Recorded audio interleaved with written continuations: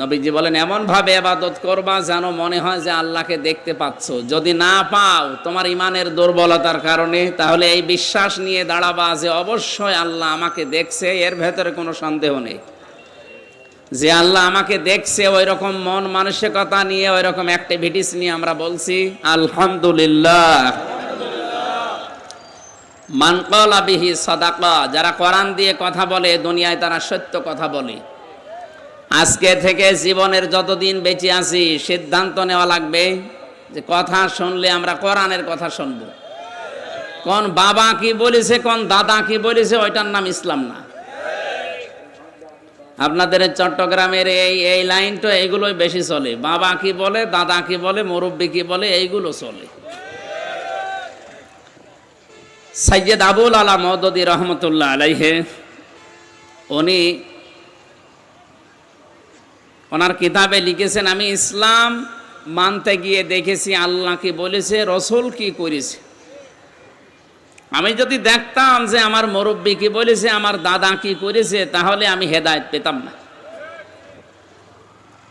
এই জন্য যারা আকাবির আকাবির করে লাফান, আকাবির শব্দটা কোরআনে কারিমে কি অর্থে ব্যবহার হয়েছে, যারা কোরআন পড়তে পারে জিজ্ঞাসা করেন তো।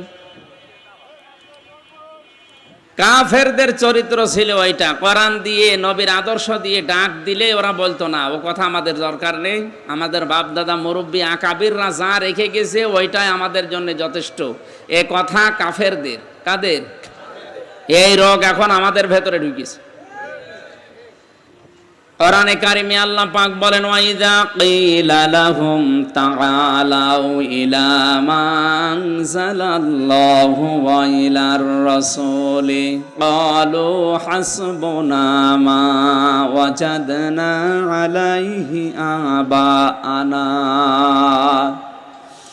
ওয়া মানে এবং ইদা মানে যখন, কিলা মানে বলা হয়, তাআল মানে আসো, ইলা মানে দিকে, মা মানে যা, আনজালাল্লাহ মানে আমি আল্লাহ নাজিল করেছি, ওয়া ইলার রাসূলি আমার রাসূলের আদর্শের দিকে আস। হে নবী, আপনি দেখবেন অনেক মানুষ আপনার সামনে আছে, তারা বলবে ক্বালু, একজন দুইজন, এটা বহু বছর, অনেক মানুষ এমন বলবে, হাসবুনা আমাদের জন্য যথেষ্ট, মা ওয়াজাদনা যা আমরা পেয়েছি, আলাইহি আবানা আমাদের পূর্বপুরুষ, মুরব্বী, বাপ দাদা, আকাবির, পীর সাহেব, এদের কাছে আমরা যা পেয়েছি এইটাই যথেষ্ট, আপনার কথা আমাদের শোনা লাগবে না। এই চরিত্র ছিল কাফেরদের। কাদের? এই জন্য অন্ধভাবে পৃথিবীতে বিশ্বনবী মোহাম্মদ রাসূলুল্লাহ বাদ দিয়ে কাউকে মেনে নেওয়া জায়েজ নেই। সে যত বড় মুরব্বী হোক আর যত বড় পীর সাহেব হোক, কথা মানতে গেলেই দেখতে হবে এ লোকটা কথা কোরআন দিয়ে বলে কিনা। এখানে আরেকটা সমস্যা আছে, বিশেষ করে বাংলাদেশ আর ভারতে।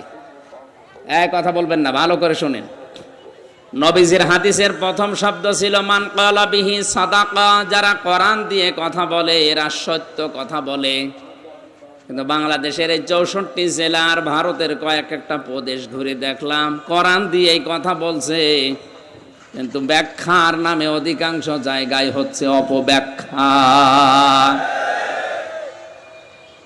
বাংলাদেশের ফরিদপুরে একজন আছে, ওই দরবারে একবার যে দেখি তেলাওয়াত করছে, ইয়া আইয়ুহাল্লাযীনা আমানুত্তাকুল্লাহা ওয়াবতাগু ইলাইহিল ওয়াসিলা ইলা আখিরি আয়াত।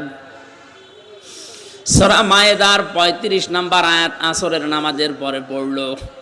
ইমাম সাহেব ব্যাখ্যা করছে, এই ছেলে কথা বলেন কেন?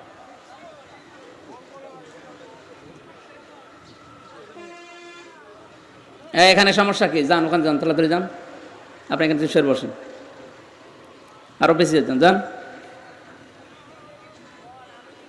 বললাম না এটা ক্লাস চলছে, ক্লাসে কথা বলা যায়, অ্যাক্টিভ ভাবে শোনেন, আর না হলে মোনাজাত করে দিস। আমি গতানুগতিক কথা বলি না, জানেন। অনেকে মনে করছে সূরা কদর পড়েছে, এ তো আমিও জানি। আপনি জানেন মানে? এর ভেতরে যে তথ্য আছে আপনার বাপ দাদাও জীবনে শোনেন।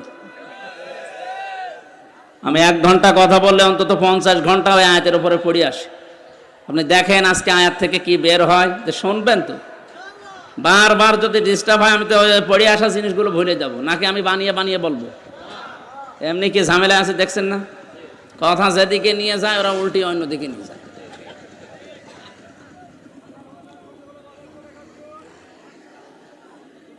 চট্টগ্রামবাসী কোরআনে কারিম থেকে যে কথাটা বলছিলাম, উনি তেলাওয়াত করার পরে অর্থ করছে, ওহে যারা ইমানের দাবি করো, আল্লাহকে ভয় করো, আর আল্লাহ পর্যন্ত পৌঁছাতে মাধ্যম তালাশ করো। আর এই মাধ্যম হচ্ছে পীর সাহেব। এই আয়াতের অর্থ হয়েছে? উনি তো কোরআন দিয়ে এই কথা বললেন। এই যে ব্রাহ্মণবাড়িয়ায় যে মাওলানাগুলো কয়েকজন আছে, এনারাও তো কোরআনের আয়াত পড়েই বলে। মানুষ মনে করে কোরআন দিয়ে সুর করে মাওলানা আব্দুল্লাহ আলামিনের মতো কারি সাহেবের তেলাওয়াত, এ মনে হয় এ কোরআনের কথাই। অথচ পীর সাহেব ওসিলা এ শব্দ কোন তাফসিরে আছে আপনি দেখেন তো। 42টার উপরে এখন বাংলাদেশে তাফসির পাওয়া যাচ্ছে। ভার্সিটিতে থাকাকালীন অধিকাংশগুলো এই ওসিলা শব্দ দিয়ে আমি মিলিয়েছি। সব মুফাসসির আয়াতের ব্যাপারে একমত, আল্লাহর দরবারে পৌঁছাতে ওসিলা তালাশ করো। ওসিলা মানে নেক কাজ। ওসিলা মানে কি? এ পৃথিবীতে ওসিলা মানে নেক কাজ, এইটাই তাফসিরের ভাষা। যত বড় বড় মুফাসসিরে দুনিয়া থেকে বিদায় নিয়েছে, যারা তাফসির লিখেছে, তারা কোরআনে কারিমের ওসিলা শব্দের ব্যাখ্যায় নেক কাজ লিখলো। আর আপনি পীর সাহেব বানিয়ে দিলেন নিজের ধান্দা, নিজের ব্যবসা ঠিক রাখার জন্য। এই জন্য বলছি, কোরআন দিয়ে কথা বললে সত্য কথা বলে, হ্যাঁ ঠিক আছে, কিন্তু কোরআনের কথা হওয়া লাগবে কোরআন দিয়ে। আপনি তো কোরআন দিয়ে কথা বলার পরেই মন মতো ব্যাখ্যা করছেন। এই জন্য ওইটা বোঝার মতো যোগ্যতা আপনাকে আগে আবার অর্জন করা লাগবে। তাহলে কোরআনের তাফসীর শুনে আপনি নিজেও আনন্দ পাবেন, মজা পাবেন। মসজিদে নববীতে ওই জায়গাটা এখনো পর্যন্ত সবুজ কার্পেট দিয়ে ঘিরে রাখা আছে, যেখানে সাহাবায়ে কেরাম নবীর কণ্ঠে কথা শুনতেন, তাফসীর শুনতেন, হাদিস শুনতেন। আসহাবে সোফা বলা হয়। খেয়ে না খেয়ে তারা মাসের পরে মাস ওখানে পড়ে থাকতো। তারা বোঝার মতো যোগ্যতা অর্জন করেছিল। খাবার হোক বা না হোক, এই মানুষগুলো ওখানে পড়ে থাকতো। আজও আমরা যদি কোরআনে কারিমের ভাষা শোনার পরে বোঝার মতো যোগ্যতা অর্জন করতে না পারি, আপনি মজাও পাবেন না, আনন্দও পাবেন না। কিছুক্ষণ পরে দেখবেন উঠে চলে যাচ্ছেন। কোরআনে কারিম জানিয়েছে, ওয়াইদা কিসামিউ মা উনজিলা ইলার রাসূলি তারা আয়ুনাহুম তাফিদু মিনাদ দামি'i মিম্মা আরাফু মিনাল হক ইয়াকুলুনা রাব্বানা আমান্না ফাকতুবনা মা'আশ শাহিদিন। সূরা মায়েদা 7 নাম্বার পারার 1 নাম্বার পৃষ্ঠার 1 নাম্বার লাইনে 83 নাম্বার আয়াতে আছে। এটা তাফসিরে ফি জিলালিল কোরআনে পাবেন। সৈয়দ কুতুব রহমাতুল্লাহ আলাইহি জেলখানায় বসে বসে তাফসির লিখেছেন। আল্লাহ পাক বলেন, হে নবী, আপনি যখন কোরআন মানুষকে শোনাবেন, যারা এর মর্মবাণীগুলো উপলব্ধি করার ক্ষমতা রাখে, বোঝার মতো যোগ্যতা যাদের আছে, দেখবেন তাদের চোখ দিয়ে মনের অজান্তেই পানি পড়ছে।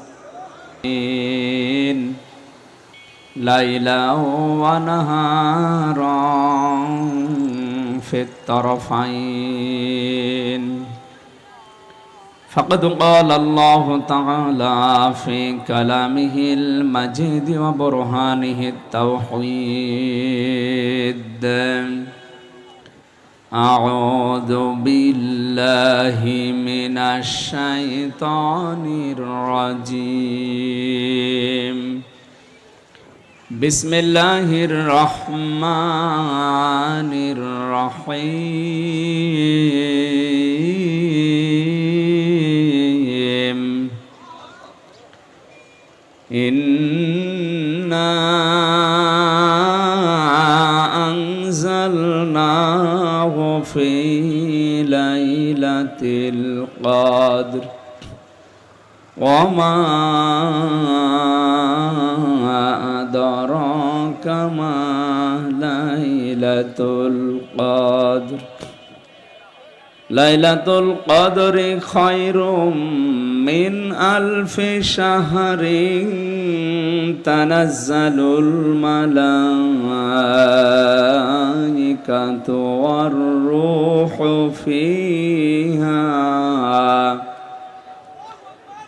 الروح فيها بإذن ربهم من كل أمر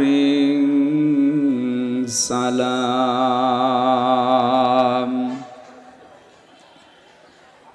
سلام هي حتى مطلع الفجر صدقت يا ربنا. عن أبي هريرة رضي الله تعالى عنه قال قال النبي صلى الله عليه وسلم من قام في ليلة القدر إيمانا واحتسابا غفر له ما تقدم من ذنبه. رواه ابن ماجه. وما زادهم إلا إيمانا وتسليما. اللهم صل على سيدنا مولانا محمد وعلى آل سيدنا مولانا. আমাকে শহীদ করে সেই মিছিলে শামিল করে নিও, যে মিছিলের নেতা আমির হামজা,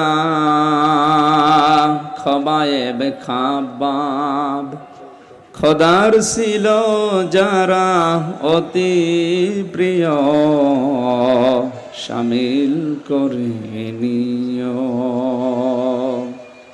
আলহামদুলিল্লাহ।